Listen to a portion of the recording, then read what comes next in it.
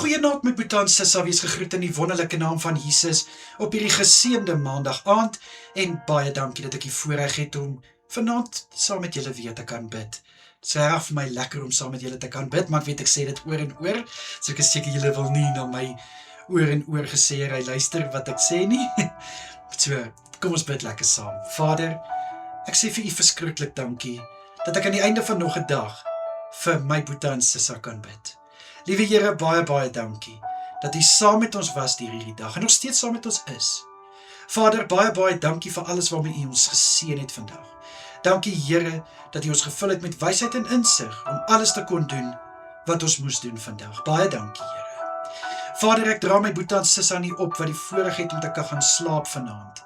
Liewe Here, mag elkeen van hulle 'n soete nagrus ontvang.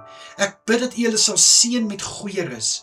Vader, ek bid dat hulle u hand van kalmte sal ervaar wanneer hulle slaap, en mag daar so 'n rustigheid in hulle harte en in hulle gedagtes wees wanneer hulle aan die slaap raak, dat niks, maar niks vatplek sal kry om hulle te verhinder om te slaap nie, Here, maar dat selfs hulle drome vol vreugde sal wees en vrede sal bevat in Jesus Christus naam.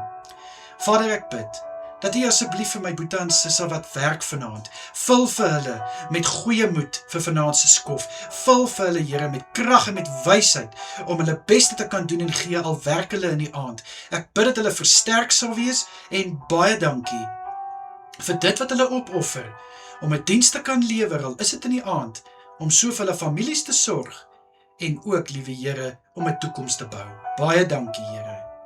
Vader, ek weet daar is kerke wat nou amptelik weer gaan begin met aktiwiteite wat 'n breek gevat het vir die vakansie.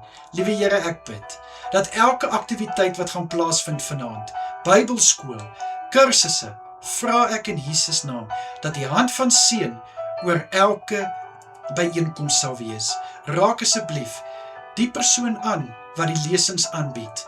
Liewe Here, wat die vakke aanbied. Liewe Here, ek bid dat hulle dit op 'n vlak sal bring, dat elkeen dit kan verstaan wat dit bywoon, en dat hulle so, liewe Here, gevul sal wees met nuwe kennis in Jesus naam. Selgroepe, Bybelgroepe en gebedsgroepe wat by mekaar kom, bid ek dat u salwing op elke byeenkoms sal rus. Liewe Here, vul elke vertrek met die teenwoordigheid, en ek bid Here, en ek vra dat elke persoon wat iets gaan aanbied vanaand, liewe Here, dat hulle lippe gesalf sal wees, dat die woord en die boodskap wat hulle bring, so 'n verskil sal maak, liewe Here, dat elke een met 'n nuwe verfriste gemoed uit daai selgroep uit sal stap, in Jesus naam. Asseblief, liewe Here. Vader, beskerm asseblief my boetie en sissa deur hierdie aand, en ek bid dat u elkeen sal veilig hou waar hulle self bevind, asseblief Here. Dit is my gebed, in die kosbare naam van Koning Jesus. Dankie Here.